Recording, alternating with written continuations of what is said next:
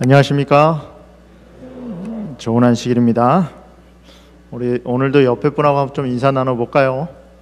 안녕하십니까? 환영합니다. 어서 오십시오. 예. 다음 주에는 조금 더 열심히 하시기 바랍니다. 다음 주에는 우리 손님들이 많이 오실 테니까 좀 그렇게 하면 좋겠습니다. 지난 한 주일 동안 안녕하셨습니까? 예, 좋은 안식일입니다. 날씨가 좋았는데 갑자기 비가 내려서 좀 더 시원하게 된 것 같습니다. 오늘은 요한복음 6장에 있는 말씀을 가지고 하나님의 일이란 제목으로 하나님의 말씀을 함께 나누겠습니다. 여러분, 요한복음 6장은 약간 좀 뭐라 그럴까요? 이상한 장이에요. 요한복음 6장은 예수님이 이 땅에서 사역을 하시면서 가장 큰 기적을 베푸신 장이 요한복음 6장입니다. 요한복음 6장에 무슨 기적이 나오죠? 오병이어의 기적이 나옵니다. 물고기 2마리와 보리떡 5개로 5,000명을 먹인 기적이 나와요. 그 당시에는 사람 숫자를 셀 때는 여성은 사람 숫자를 세지 않았습니다. 죄송합니다, 여성분들. 그 당시에는 여성분들은 사람으로 숫자로 카운트가 되지 않았습니다. 그리고 어린이도 카운트 되지 않았어요. 마태복음 14장에는 그 카운트를 이렇게 말합니다. 먹은 사람은 여자와 어린이 외에 5,000명이더라. 여자와 어린이 외에 5,000명이니까 여자가 남자와 동수가 있다고 치고 어린이가 적어도 2명 있다고 치면 몇 명이 먹은 거예요? 한 2만 명이 먹은 거죠. 그죠? 2만 명 정도를 먹으신 거예요. 예수님이 기적을 베풀었는데 그 기적의 광경을 가장 많은 사람이 목격한 것은 복음서에서 이 기적이에요. 그렇기 때문에 이 기적은 마태, 마가, 누가, 요한 네 복음서에 모두 나옵니다. 어떻게 보면 이 기적은 예수님이 사람이 아니라 하나님이라는 증거를 가장 강력하게 가장 많은 사람에게 보여준 기적이에요. 그러면 이런 기적이 이렇게 보여지고 나면 어떤 일이 벌어지는 게 정상일까요? 예수님을 믿는 사람이 더 어떻게 되죠? 많아져야죠. 여러분, 우리 교회에서 기적이 벌어졌다고 한번 생각해 보세요. 우리 교회에 나와서 참 어려운 사정이 있었는데, 병이 있었는데 전도회에 나왔다가 고침을 받았어요. 기적적으로 살았어요. 그러면 그 병을 가지고 계신 분들이 우리 교회로 올까요, 안 올까요? 더 많이 오겠죠. 당연한 거예요. 기적이 베풀어지면 사람들이 여기 하나님이 역사하시는구나, 하나님이 계시는구나, 그런 마음을 갖는 건 너무나 당연한 거예요. 근데 요한복음 6장 마지막 절, 요한복음이 꽤 길어요. 71절까지 있는데 요한복음 6장 마지막 절 끝으로 가다 보면 이런 내용이 있습니다. 그때 그의 제자 중 많은 사람이 떠나가고. 여러분, 예수님이 사역하시는 기간 동안에 터닝 포인트가 몇 번 있었거든요. 그 터닝 포인트 중에 한 번이 요한복음 6장이에요. 그 전까지는 많은 사람들이 예수님을 따랐습니다. 그런데 요한복음 6장의 사건이 일어나고 난 다음에 많은 사람들이 예수님을 떠나가요. 심지어는 어디까지 가느냐, 예수님께서 세우신 12제자에게 예수님이 어떤 질문을 하시냐면, 너무 많은 사람이 예수님을 따르다가 떠나가니까 이런 질문 하시죠. 너희도 가려느냐? 이상하지 않습니까? 가장 큰 기적을 가장 많은 사람이 맛봤는데 예수님을 따르는 무리에 부흥이 일어나야 되는 거 아니에요? 거기에 진리가 전파되고 거기에 하나님을 믿는 백성들이 더 많이 모여야 정상이 되는 거 아닙니까? 근데 요한복음 6장은 그렇게 말쳐지지 않아요. 대부분의 예수님에 따르는 사람들이 예수님을 떠났다라고 말을 합니다. 심지어는 예수님의 제자들에게 예수님이 무슨 말을 할 정도로 너희도 가려느냐? 그럼 그 사이에 무슨 일이 있었냐는 거예요. 기적을 베풀고 난 다음에 그 다음에 무슨 일이 있었냐는 거예요. 여러분, 오늘 말씀은 조금 딱딱한 말씀입니다. 흰밥 먹다가 현미밥 먹는 게 쉽지 않잖아요. 오늘 말씀은 여러분 좀 꼭꼭 씹어야 되는 말씀이에요. 그 중간에 무슨 일이 일어났길래 왜 많은 사람이 예수님을 떠났을까? 여러분, 예수님은요 이 사건이 있고 난 다음에 사람들이 예수님을 왕으로 삼으려고 억지로 데려가는 민중봉기가 일어나는 모습을 보게 됩니다. 그래서 예수님이 제자들에게 야, 너희들 먼저 벳세다에 있다가 가버나움으로 가. 그래서 가버나움으로 배 태워서 보냈어요.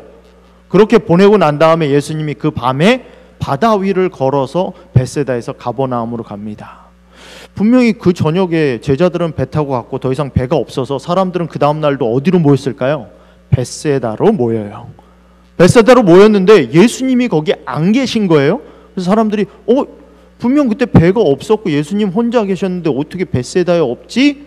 제자들이 간 가버나움으로 갑니다. 야, 너희들 여기 어떻게 있어? 어제 저녁에 예수님은 혼자 계셨는데 예수님 어떻게 계셔? 제자들이 어제 저녁에 폭풍이 치는데 예수님이 바다 위로 걸어오셔서 어쩌고 저쩌고 이렇게 얘기를 했어요. 그 말을 듣고서도 사람들이 예수님 입을 통해서 좀 더 자세한 이야기가 듣고 싶어요. 그래서 예수님에게 묻습니다. 랍비여, 언제 여기 오셨나이까? 여러분, 하나님이 기적을 베푸신 일 간증하는 얘기는 듣는 거 좋잖아요. 그죠? 내가 이런 어려움이 있었는데 하나님이 나를 이렇게 구하셨어. 그때 어떻게 이렇게 마침 그 사람을 보내주셔서 우리 애를 어려움에서 건져줬는지 몰라. 이런 간증 들으면 그래, 하나님이 계시지. 기적의 이야기 듣는 건 좋잖아요. 그 사람들이 예수님을 통해서 다시 한번 기적에 대한 이야기를 듣기 원하는 거예요. 예수님이 어떻게 바다를 건너 오셨는지. 그거에 대해서 예수님이 이렇게 대답하세요. 내가 진실로 너희에게 이르노니 너희가 나를 찾은 것은 표적을 본 까닭이 아니요 떡을 먹고 배부른 까닭이다. 이거 굉장히 뭐한 말이에요? 여러분 이거 굉장히 직설적인 말이에요. 야, 내가 너희들 배부르게 해줬으니까 네가 나를 따라왔지 내 표적을 보고 따라온 게 아니잖아. 표적이 뭐죠? 표적이 무슨 뜻입니까?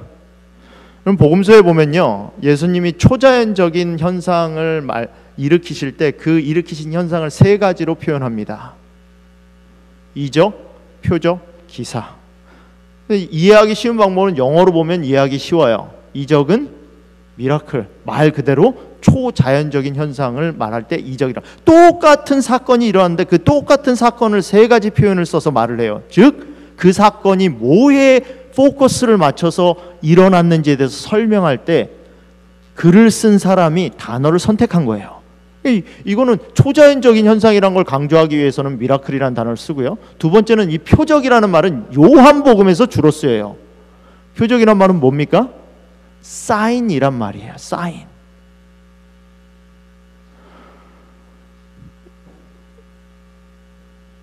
이 사인은 뭐죠?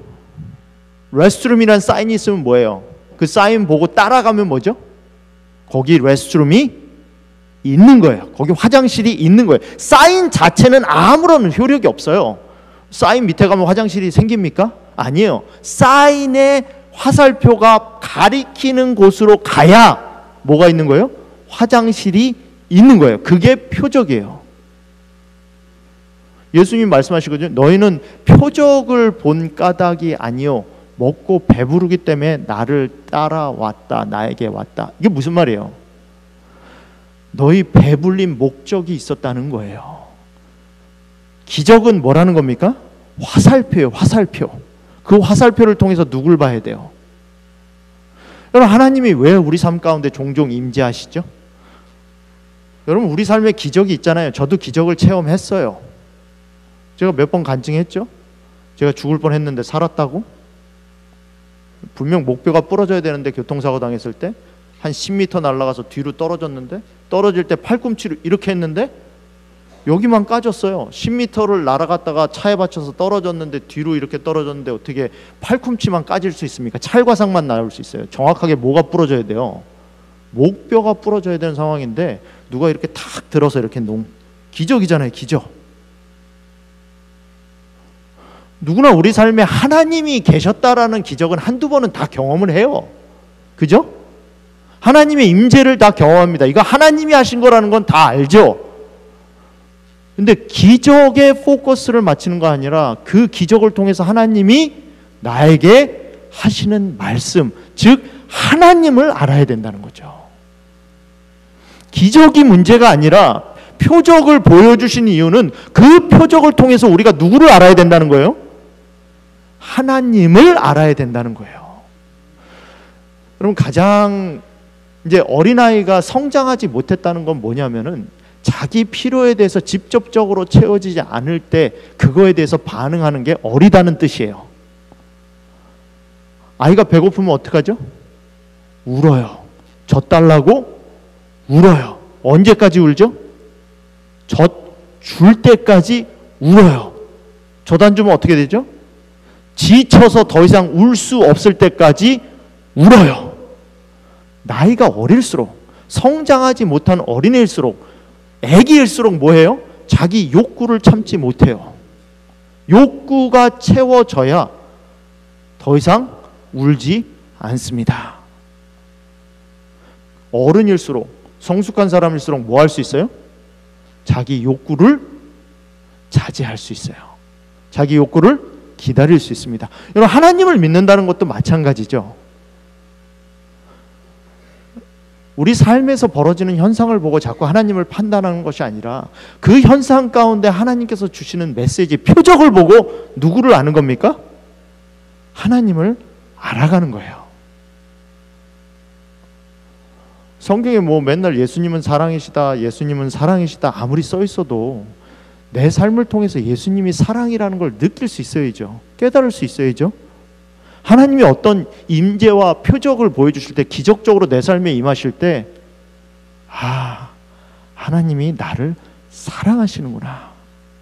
가장 저질적인 저등의, 아주 초등의 신앙은 뭐냐면 자꾸 내 환경을 통해서 하나님을 판단하는 거예요. 내 삶에서 무슨 일이 일어나면, 어떤 일이 벌어지면, 뭐가 응답되면 그걸 가지고 하나님을 판단하는 거죠. 그 상황이 아니라 점점 이 신앙이 성숙해질수록 뭐를 보는 겁니까? 그 표적을 통해서 하나님이 보여주신 뭐를 보는 거예요? 예수님의 성품을 보는 거예요. 부부가 오래 살면 어떻습니까? 그 사람이 말을 안 해도 그 사람이 지금 뭐가 불편한 줄 알아요. 이게 아는 거예요.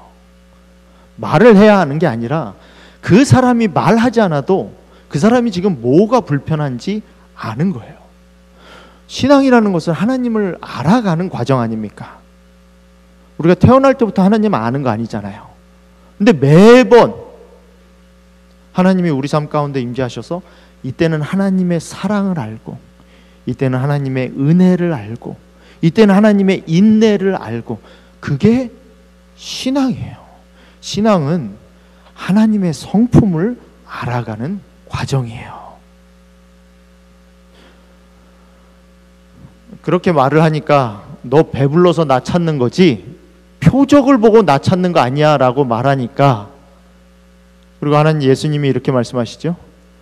야, 썩을 양식을 위해서 일하지 말고 영생하도록 있는 양식을 위하여 하라. 맞는 말씀이죠? 네. 아멘 하신 분에게 축복이 있을지어다. 늦게 야멘 하신 분에게도 축복이 있을지어다. 맞는 말씀이에요. 근데 우리가 참 잊고 사는 말씀이에요. 일주일 동안 어떻게 사셨어요? 뭐 저라고 특별히 다르지 않습니다. 일주일 동안 어떻게 사셨어요? 썩을 양식을 위해서 사셨습니까? 참 열심히 일주일 사셨죠? 썩을 양식을 위해 사셨습니까? 아니면 영생을 주는 양식을 위해 사셨습니까? 먹고 배불러서 나 쫓지 말고 썩지 않을 양식을 위해서 일하라. 여러분, 저희가 사회생활하면 제일 먼저 배우는 게 뭐예요? 공짜는 없다는 걸 제일 먼저 배우죠. 광고에 공짜라고 나오는 광고는 항상 주의해서 보죠. 공짜는 없어요. 당연히 반응이 그거죠. 분명 인자가 너에게 주리니 이 준다라고 말했거든요. 근데 사람들이 어떻게 반응하죠? 우리가 어떻게 하여야, 그냥 준다라는 건 너무나 불안해요. 우리가 믿어지지 않죠. 구원이라는 건 그냥 주는 거니까, 하나님이 주시는 거니까 믿어지지 않아요. 그러니까 뭐 해야죠? 어떻게 하여야. 지극히 인간다운 질문입니다.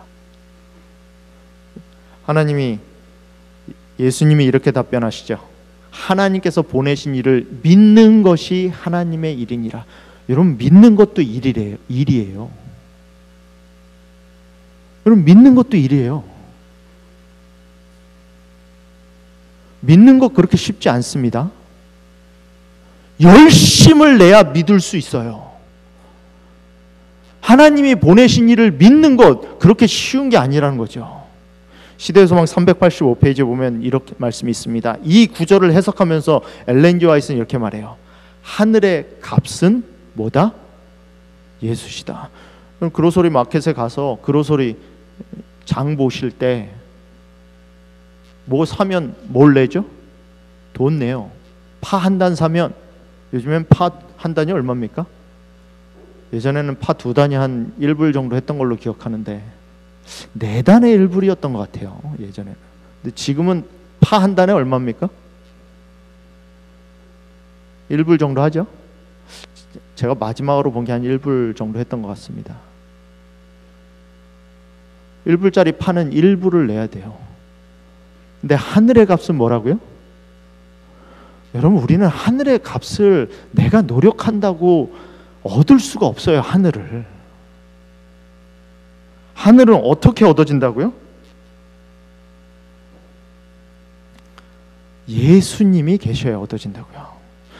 정말 예수님이면 충분합니까? 아멘한 자에게 축복이 있을지어다. 정말 예수님이면 충분합니까? 내가 좀 뭐 해야 되는 거 아니에요? 아무것도 안 하면 좀 불안하잖아요. 내가 좀 뭐 해야죠. 그래도 정말 우리의 삶이 예수님이면 충분합니까? 한번 지난 한 주일의 삶을 되돌아보세요. 내 삶에 있는 모든 고난과 어려움과 역경과 시험과 그 모든 것, 예수님이면 충분합니까? 여러분, 만약에 이게 아멘이 아니면 우린 답이 없어요. 우리 답이 있어요? 예수님이면 충분하지 않으면 우린 뭐 갖고 신앙합니까?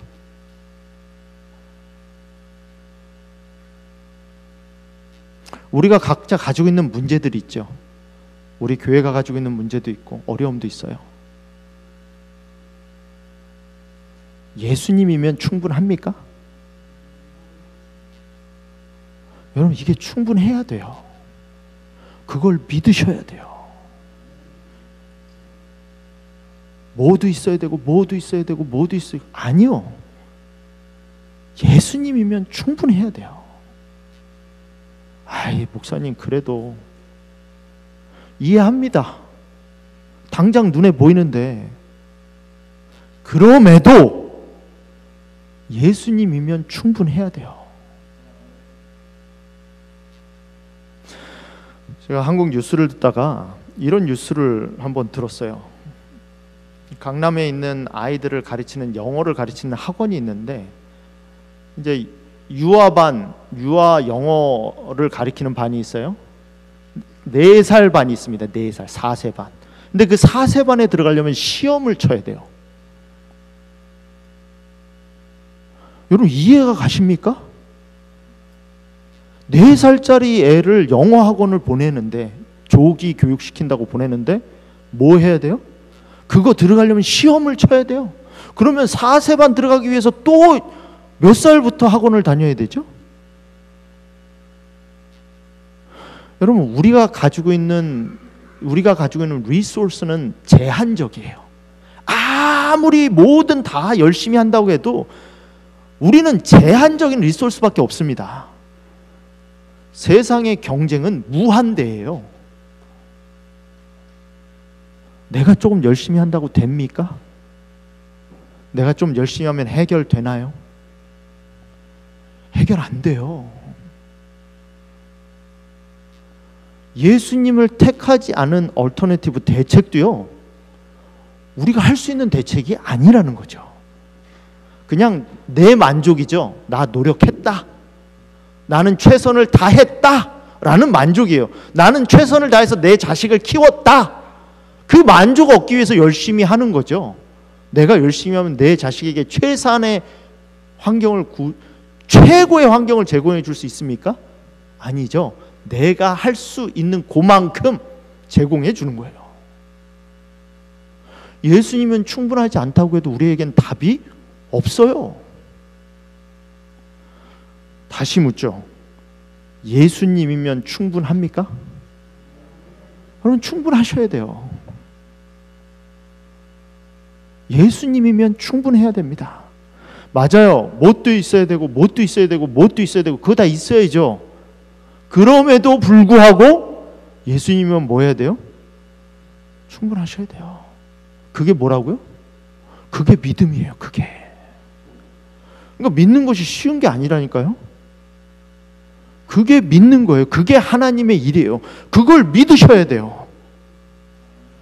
그걸 믿어야 하나님이 뭐 하실 수 있는 겁니까? 내 삶에 임재하실 수 있는 거예요. 믿음이라는 건 문이거든요. 문. 믿음이라는 문을 열지 않으면 하나님은 절대 내 삶에 뭐 하실 수 없어요? 들어올 수 없어요. 우리는 항상 뭐 하죠? 그 문을 못 열어요. 뭐 해서? 믿지 못해서. 그게 하나님의 일이에요. 여러분, 믿으면 일하게 되어 있습니다. 저는 지금 새 들어 살고 있거든요. 한 달에 2,600불 내고 있습니다. 돈이 아까워요. 올해부터 2,800불로 올랐습니다. 뱅크에 돈이 있으면 제가 집을 구할까요? 안 구할까요? 구하겠죠? 돈이 있으면 일을 해요. 돈에도 힘이 있습니다. 돈을 믿으면 일해요. 안 그랬어요? 안 그렇겠습니까? 뱅크에 돈이 있으면 그게 날 일하게 만들어요. 그거에 대한 믿음이 날 뭐하게 만들죠? 일하게 만들어요. 리얼터 찾아가고 집 보러 다니고. 돈에 힘이 있다니까요. 돈을 믿으면 일을 해요. 돈이 없어도 돈을 믿으면 일을 해요. 아, 내가 이렇게 돈이 생기면 집을 구할 수 있으니까 집 보러 다녀야지. 생기면이라는 믿음을 가지고 돈이 있으면 일할 수 있다는 걸 가지고 뭐 하죠? 일을 해요. 여러분, 하나님을 믿으면 일을 해요. 우리가 왜 안 하죠? 믿으면 일을 해요. 돈을 믿으면 그 돈을 사용할 수 있는 힘을 의지해서 일을 하듯이 믿으면 일을 해요.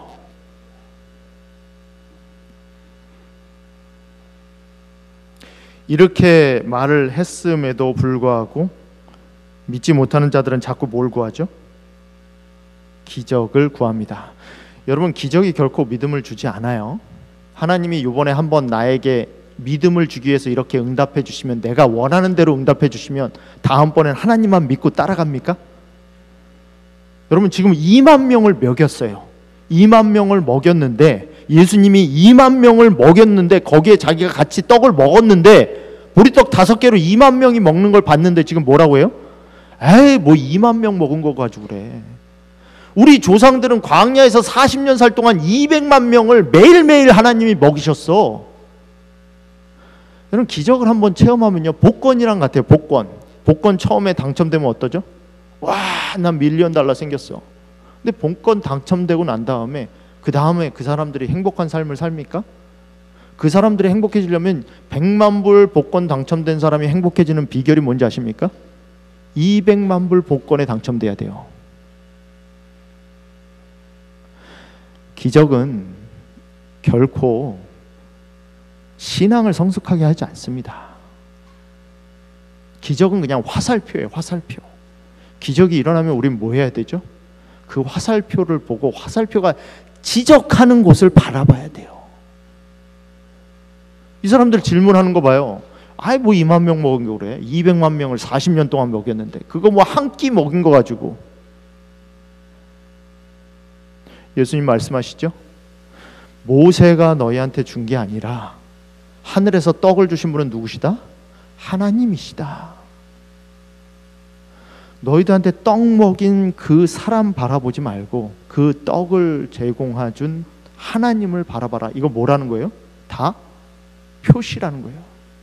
다 뭐라는 겁니까? 다 화살표라는 거예요. 화살표. 유대인들은 모세를 만나를 준 자로 공경함으로 도구의 찬양을 돌리고 그 일을 성취하신 하나님은 잊어버렸다. 여러분, 우리가 우리의 삶을 통해서 내 삶 가운데 일어나는 일들을 통해서 바라봐야 되는 분이 누굽니까? 환경과 주변 사람과 사건이 아니라 그 환경과 주변 사건과 사람을 통해서 누굴 바라봐야 돼요? 하나님을 바라봐야 돼요. 하나님을 알아가셔야 돼요. 그들의 조상들은 모세에 대하여 불평하고 그의 거룩한 사명을 의심하고 부인하였다. 이제 동일한 정신으로 그 후손들은 하나님의 기별을 그들에게 전하신 분을 거절하였다. 기적을 베품을 당한다고 해서 결코 사람들이 뭐 하는 거예요? 그거에 대해서 믿음으로 반응하지 않습니다. 여러분, 헬라어 단어 중에 아디아포라라는 단어가 있어요. 이 아디아포라라는 단어는 뭐냐면 이 헬라어 중에요, 아자가 앞에 들어가면 부정어예요. 아디아포라는 뭐냐면 디아포라가 아니라는 게 아디아포라래요. 우리가 잘 아는 단어 중에는 에이도스, 에이데오스라는 말이 있죠. 에이데오스가 아테오스라는 말이 있죠. 아테오스가 무슨 말이냐면 테오스란 말은 하나님이에요. 아가 앞에 붙으면 부정사니까 하나님이 아닌 것. 에이티스트, 무신론자들을 가리키는 말이죠. 영어 에이티스트가 거기서 나온 말입니다. 아디아포라라는 것은 디아포라가 아니라는 게 아디아포라라는 거예요. 디아포라라는 말의 뜻은 차별이 있는 것, 중요한 것이란 말이에요. 아디아포라라는 말은 차별이 없는 것, 중요하지 않은 것을 가리켜. 이게 신학 용어예요. 구원 또는 핵심 교리와 같이 본질적이지 않은 문제들을 말합니다. 여러분, 사단이 우리를 distraction, 자꾸 다른 데 바라보게 하는 건 딴 거 아니에요. 중요하지 않은 거 가지고 우리를 디스트랙션 시키지 않습니다. 덜 중요한 걸 가지고 디스트랙션을 시키죠. 여러분, 우리가 시간과 정신은 한정되어 있어요. 그 시간, 한정되어진 시간과 정신을 가지고 우리가 집중할 수 있는 것은 정해져 있습니다. 그걸 딴 데 집중하면 당연히 가장 중요한 건 집중하지 못하죠. 그게 아디아포라예요. 여러분, 삶의 다른 일들이 중요하지 않다는 거 아닙니다. 중요해요. 우리가 시간을 들여야 되는 건 맞습니다. 근데 거기 집중하면 뭘 못 봐요? 디아포라를 못 봐요. 디아포라를. 우리 삶에 그냥 무시해도 되는 건 버리세요. 무시하세요. 굳이 설명하지 않아도 됩니다. 여러분, 설명하려면 에너지 들어요. 설득하는데 에너지 듭니다. 시간 들여, 에너지 들여. 아디아포라에 신경 쓰지 마시고 뭐에 신경 써야 돼요? 디아포라, 예수 그리스도에 신경 써야 된다는 거예요. 이만큼 얘기를 해도 못 알아듣죠? 아유, 자기를 어떻게 하나님이, 응? 내가 너희가 어디서 온 줄 알거늘 너 부모가 누군지 아는데, 마리아와 요셉 아니냐, 부모가 누군지 아는데 너가 어떻게 하늘에서 내려왔다 하느냐. 예수님도 똑같이 응답하세요. 예수님의 출생에 대한 퀘스천을 하는 거거든요. 여러분, 버락 오바마가 대통령 선거에 나갔을 때 그 출생에 대한 계속 공격을 했잖아요. 벌스 서티피켓 어디 있느냐, 하와이에서 출생했다는 출생 증명서 가져와라. 그거 가지고 시간 안 보냈습니다. 그거 다 디스트랙션이거든요. 예수님도 자기 출생에 관해서 설명하지 않으세요. 다시 포커스를 어디로 맞추시죠? 하늘에서 내려오는 생명, 생명의 양식에 포커스를 맞춥니다. 이 양식은 뭘 가리키는 거죠? 하나님의 말씀을 가리키는 거예요. 신명기 8장 3절에 보면 여호와의 입에서 나오는 모든 말씀으로 사는 줄을 아느니라. 사람이 먹는 것으로만 사는 게 아니에요. 뭘로 산다고요? 하나님의 입으로부터 나오는 말씀으로 산다고요. 제가 어제 금요일 점심이 제가 금식 기도할 차례였습니다. 다른 날 며칠 점심을 굶었는데 그때는 아무렇지 않았는데 어제는 좀 힘들더라고요. 굶으면 힘들죠. 굶으면 뭐해요? 지쳐요. 지쳐서 말할 힘도 없죠. 여러분, 영적인 힘도 마찬가지예요. 내가 영적으로 힘을 못 쓰고 있다, 내 믿음이 연약하다라는 건 뭐죠? 내가 영적으로 취해야 될 양식을 지금 내가 안 취하고 있다라는 거예요. 먹지 않으면서 내가 왜 이렇게 힘이 없지? 내가 왜 이렇게 기력이 없지? 먹어야 기력이 있죠. 여러분, 여기서 하늘에서 내려왔다는 양식이라는 게 뭡니까? 여기서 내려왔다는 양식이라는 게 뭐예요? 예수님은 예수님 본인을 가리키시는 겁니다. 예수님은 이적을 설명하려고 시간을 보내지 않으셨습니다. 그러나 그분은 그분의 말씀과 업적은 당신의 품성을 드러냈다. 뭐예요? 예수님이 누구신지 다 알려드리려고 하셨다라는 겁니다. 거룩한 빛에 마음을 연 자는 모두 그분이 아버지의 독생자로서 은혜와 진리가 충만하심을 깨달았다. 언제 영적인 힘이 생기느냐? 우리 예수 그리스도께서 은혜와 진리가 충만하신 분이라는 것을 내 삶 가운데 깨달을 때, 그게 우리가 영적인 양식이 된다는 거예요. 예수님이 누구신지를 깨달을 때, 우리 엄마는, 우리 아빠는 내가 무슨 일이 있어도 나를 지원해 주실 거야 라는 믿음이 있는 사람은, 그걸 깨달은 사람은 어머니 아버지가 옆에 계시면 힘들어하지 않아요. 하나님에 대한 은혜와 진리가 충만하신 아버지 하나님을, 예수 그리스도를 통해서 깨달은 사람은 영적으로 힘들지 않아요.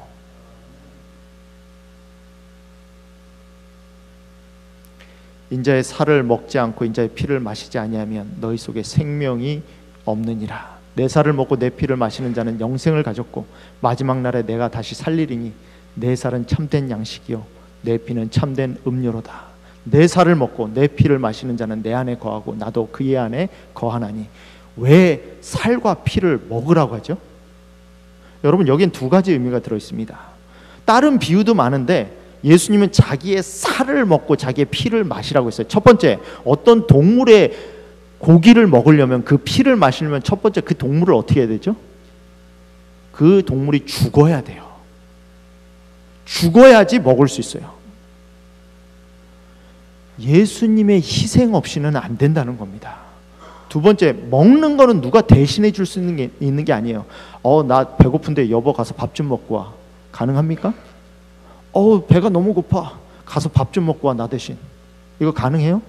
내가 목마르니까 가서 물 좀 마시고 와. 여러분, 구원은요, 누가 대신해 줄 수 있는 게 아니에요. 하나님을 깨닫는다는 것은, 하나님이 누군지 안다라는 것은 누가 대신해 줄 수 있는 게 아닙니다. 목회자가 설교한다고 해서 그걸 통해서 알아가는 게 아니에요.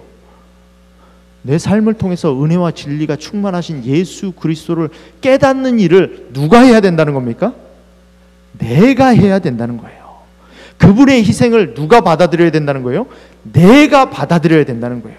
그리스도를 그 진정한 품성 그대로 보고 마음에 받아들이는 자들은 영생을 얻는다. 제가 아무리 받아들인 건 아무 소용이 없어요, 여러분들에게.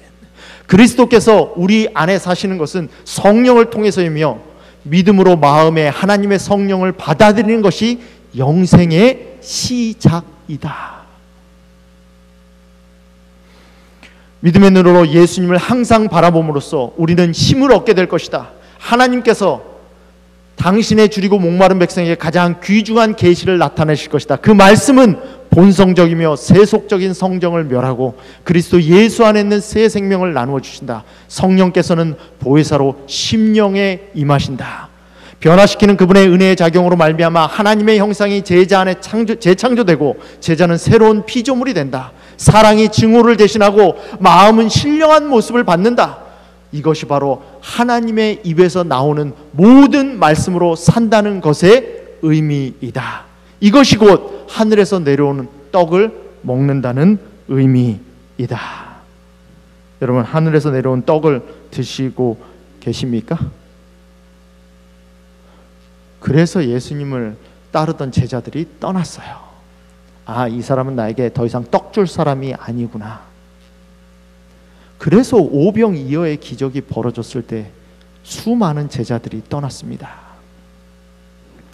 예수님이 물으시죠. 뭐 하겠느냐? 너희도 가려느냐?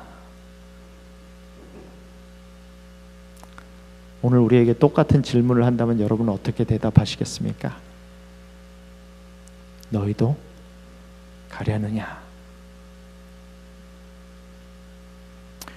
우리는 내가 원하는 게 내가 정한 방식으로 빠르게 이루어지기를 바랍니다. 그런데 하나님의 시간은 더디게 느껴지고 그분의 방법은 돌아가는 듯 보여요. 하지만 가장 완전하고 깊은 길은 하나님이 여시는 길입니다. 여러분, 직선이라고 항상 제일 먼저 도착하는 거 아닙니다. 곡선이 더 빠를 수도 있어요.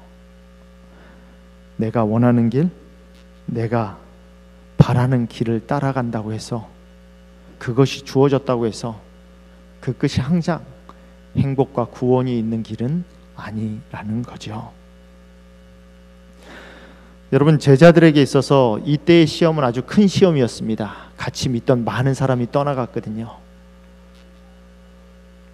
우리 곁에 있던 교우님들이 떠나갈 때 우리 마음이 아프잖아요. 참 마음이 애리죠. 같이 신앙하면 좋은데 예수님을 따르던 많은 사람들이 12제자를 제외한 대부분의 사람들이 예수님을 떠납니다. 12제자들 마음 가운데 상처가 됐을까요? 안 됐을까요? 됐겠죠. 그런데 왜 예수님이 그 일을 허락하셨을까요?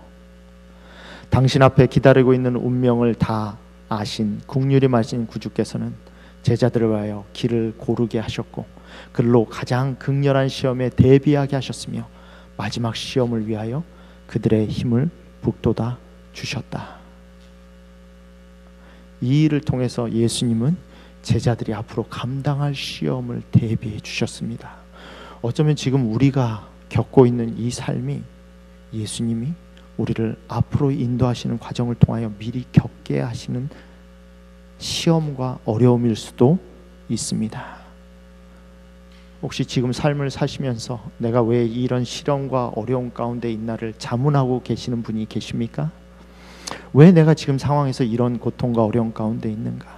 어쩌면 우리의 길을 다 아시는 하나님 아버지께서 앞에 당할 염려와 고통과 환난을 아시기에 저와 여러분을 준비하시기 위하여 미리 이런 일을 하실 수도 있다라고 생각합니다. 9월 19일 재림마을에 나 있는 하나의 기사입니다. 윤선미 집사님이라는 분이에요. 이분은 박사 학위를 6개 가지고 계신 분입니다. 최근에 보건학 박사까지 따셨어요. 이분은 맹인입니다. 난지 6개월 만에 선천성 백내장이라는 진단을 받습니다. 서울대학병원에 가서 그걸 해결하기 위해서 수술을 받는데 수술이 성공하지 못해요. 그 후에도 11번의 수술을 거쳐서 시도했지만 한쪽 눈은 완전히 실명하고 다른 한쪽 눈은 1m 앞을 흐리게만 바라볼 수 있는 시각장애인이 됩니다. 어머니가 차라리 내 안구를 이 아이에게 주고 이거 좀 바꿔달라고, 그것도 안 돼요. 이렇게 태어날 때부터 자기가 살다가 어떤 무슨 잘못을 해서 내가 실명을 되면 좀 이해하잖아요. 내 잘못이 있으니까. 근데 태어날 때부터 선천성 백내장이에요. 하나님이 원망이 될까요? 안 될까요? 되겠죠. 하나님을 원망하는 삶을 살다가 이분이 그걸 극복하고 난 다음에 인터뷰하면서 거기에 한 말들입니다. 힘든 순간을 돌아보니 그 일들을 통해 성장했다는 걸 알게 됐습니다. 뭐를 통해서요? 힘든 일을 통해서. 여러분, 대부분 우리는 힘든 일을 통해 성장합니다. 하나님이 원하시는 건 내가 무슨 일을 하느냐가 아니더라고요. 그냥 기쁘고 감사하며 사는 것, 그것뿐이었어요. 때때로 우리는 그런 생각을 하죠. 내가 무엇을 하는 것, 내가 무엇이 되는 것이 하나님이 나를 향한 목적이라고 종종 생각하곤 합니다. 그러나 그 결과는 단순히 우리가 하나님의 뜻을 따르다 보면 이루어지는 것이에요. 그 과정을 통하여 우리가 하나님을 믿게 되는 것, 그리고 인내하며 순종하는 것, 그것이 하나님이 우리를 향한 뜻일 수도 있다라는 것이죠.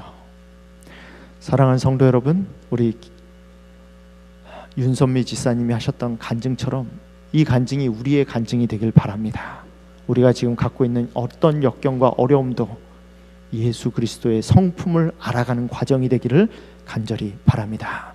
오늘 우리 함께 이러한 마음으로 하나님이 보여주신 길을 믿음으로 나아갈 수 있게 해달라고 함께 기도하겠습니다. 기도하겠습니다.